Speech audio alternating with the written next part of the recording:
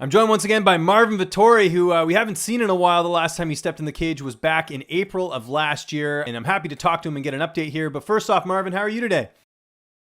I'm good. Just got on with training. As always, I'm always training, and yeah. That's good to hear, man. April 2018, like I mentioned off the top, was the last time you stepped in the cage. Of course, you fought Israel Adesanya. Simple question right off the bat: why have you not fought since then? Oh, because I actually said it on my social, on the social media. Basically, I tested positive for a little trace of Osterine, and I stayed because I was sick of people keep asking me. I mean, I'm never been good, and I'm not good, and I don't like it at all to say any lies. So even when my fans were like asking me like when are you gonna fight, or even when my closest people were asking me when are you gonna fight, I couldn't keep it up without keep telling them, like, oh, finding excuses not to and not making it clear for them. Like I said, I always made it clear, like I have never done anything that purposely that had anything with cheating, or like taking anything that wasn't allowed from USADA. I've always been very careful, but somehow that thing got into my body, and it's a low substance. It's a low level of it, and yeah. And so since then, since the 6th of August, and like I said, I've been tested a lot of times in competition, out of competition. I got tested after. It was always, I got tested probably 10 times in between all the tests. As always, I was super cool when they came. I was actually happy about. I'm still happy um, about what this thing is doing it for the sport, if they operate in the right way. And but yeah, so I welcome the guy as always, and I just fall from the sky when this shit happened. I wasn't ready at all. I would never expect something like that. It's really like it's something, because I haven't done anything. So I mean, it's something really like you would never expect that something like that could happen to you, because you're clear. You don't even think about it. You're like, it's like saying, it's I don't know. It's like predicting. It's like predicting like a bad accident where like it puts you on a, I don't know. It puts you off for a long time. It's like, yeah. I mean, No, no, I hear you. It was unexpected. You weren't expecting this. Is kind of what I'm I hearing was from you. that's what I'm saying, like, at all. So it really caught me off guard, and since then I've been on a hold. I've been on a hold, and it sucks. Honestly, I wouldn't, I wouldn't, I wouldn't hope this situation for even my worst enemy. Is messing up my life. I'm not hiding that, like it's messing up my life, because obviously fighting, it's what I've been doing for the last 8 9 years. It's basically, it's what I do best. It's what I'm at best, and it's just crazy. It's just crazy, but I've never stopped training. I actually improved so much. It's unbelievable, and I just don't want these years of my life to slip away because of something that I've never done. And I know I'm about to peak. I'm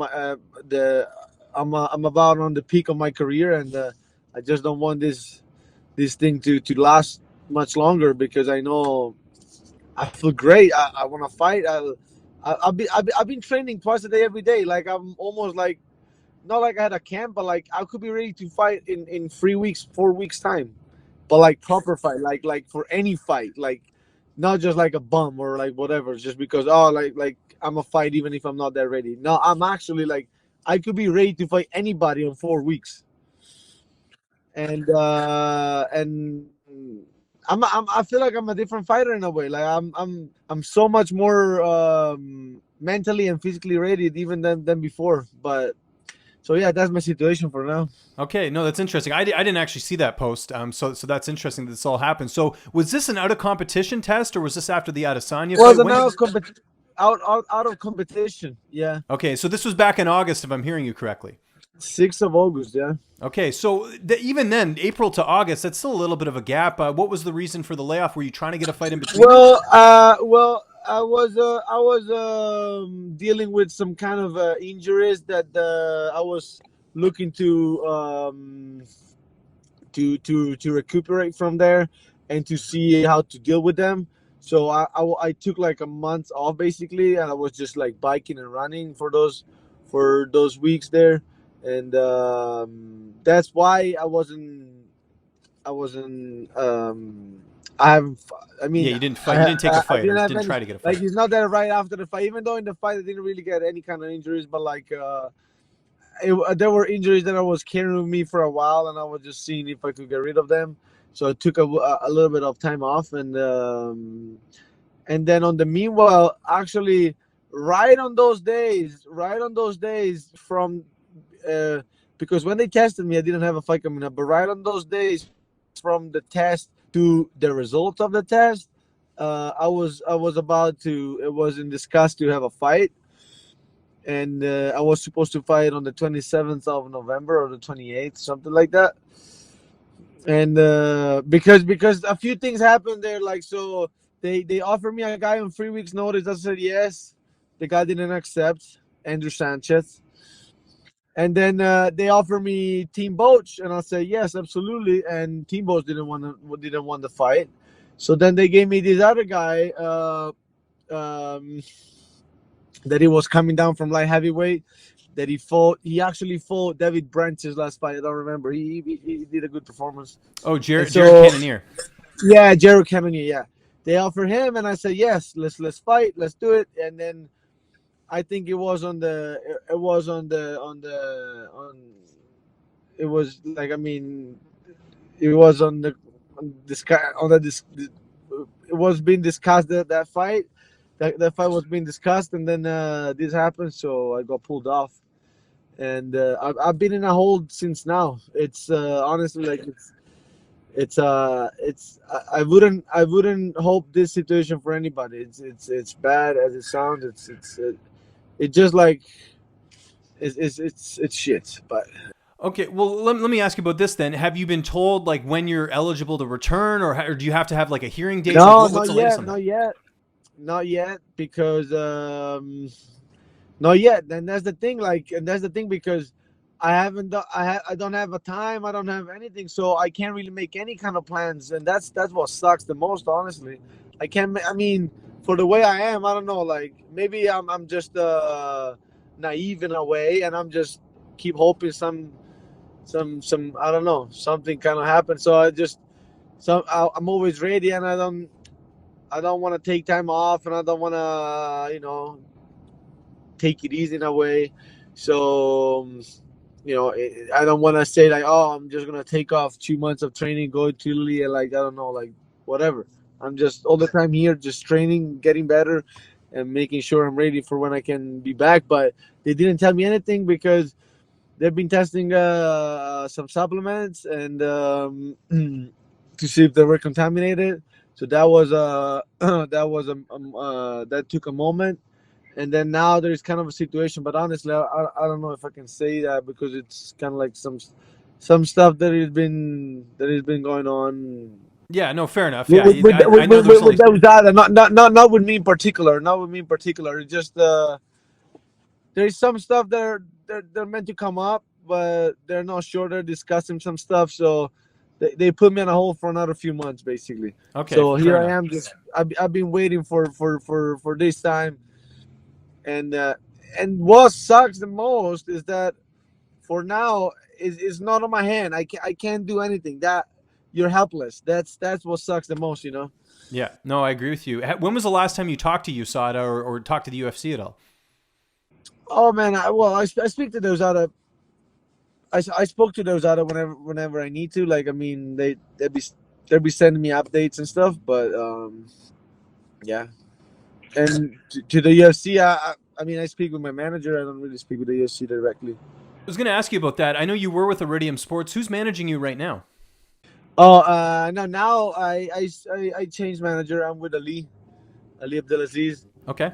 Honestly, I've been with him for almost for 6 months, 7 months after my last fight, but but I haven't been able to fight with him yet. But he's been with me. I've been in contact with him a lot, and he's been helping me out with all this situation. I'm grateful for what he's doing, and yeah. But yeah, so I switched. Okay. Yeah. No, because I heard you had left Iridium. How did that come together with you signing with Dominance? Like well, I mean, there was a few things that well, I knew Ali from before because a lot of people are managed by him, and Yeah, your teammates, Benil Dariush and Gaslam, right? Yeah. most of the Kings guys are managed by him. But yeah, no, I mean, so I knew him from before, but we honestly, like, he's always been very good at, like, he he never wanted to step on anybody's toes, so he knew I was with Iridium. But then, just I don't know, like, uh, it's kind of personal, and it's not about me. When these things that if it's about me, it's no problem. When I speak about other people and it's personal, I don't like, so. Okay. No, fair enough. I mean, you just felt that a change needed to be made. I'm in a very good, like, nothing to hide, honestly. Just it's pretty personal, uh, so I mean, but I'm still in good, like, we split in a very good way, Yeah. and I'm No, I happy figured as about much. that. And I've done everything to, because, like, I respect a lot of Jason too, and I don't have anything in any way bad to say about him. And so I wanted to make sure we were splitting, even if we were splitting in a good way. But this is a even though it's a teamwork, but it's an individual sport, and it's an individual journey, and you have to do what it feels to be the best for yourself. So that's what I felt, and so I switched. But like I said, I'm still in a very good relation with Jason, but I'm happy to be with Ali now. Just a couple more questions for you. And again, I really appreciate the time, Marvin. First things first, the loss to Israel Adesanya. I'm sure you've had time to reflect on that fight. Where do you feel like you went wrong in that matchup? Well, even looking back, like, I think the performance was good. I mean, I didn't do many mistakes. I could regret a little bit of, like, maybe, because again, like, on the third round, when I really were when I mean, I thought was, even the corner was telling me we were 1-1 going into the third, and I knew no matter what I had to take the third. But and on the third, I'm like, look, I was telling myself, I'm just going for this guy. And even on the first minute before I took him down, I just went at him, like, completely, basically, kind of almost bulled him, and then at the end of the day, like, he couldn't do much to me. I kind of, like, he couldn't do much to me. Like, whatever he was throwing, it wasn't really bothering me that much. And so, in a way, maybe even respect him even less from the beginning. But, he's a dangerous guy. He has a lot of weapons to his arsenal. So I can't really blame myself not to having to that to the fact that I didn't respect him a little bit more, because you have to fill him out a little bit at first, because he has a lot of knockouts on his he had a lot of knockouts on his record. He's an experienced guy, especially on the striking part. So I can't really blame myself that much. But if something, maybe respect him even less, that's maybe what I should have done. But I think I wasn't really hesitant anyway. Like, I think I pushed the pace, and that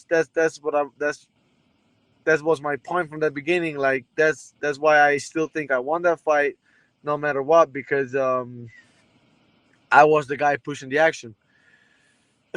He just he landed, but he landed, like, never really big shots, and he landed like, I don't know, like I was the aggressor, you know.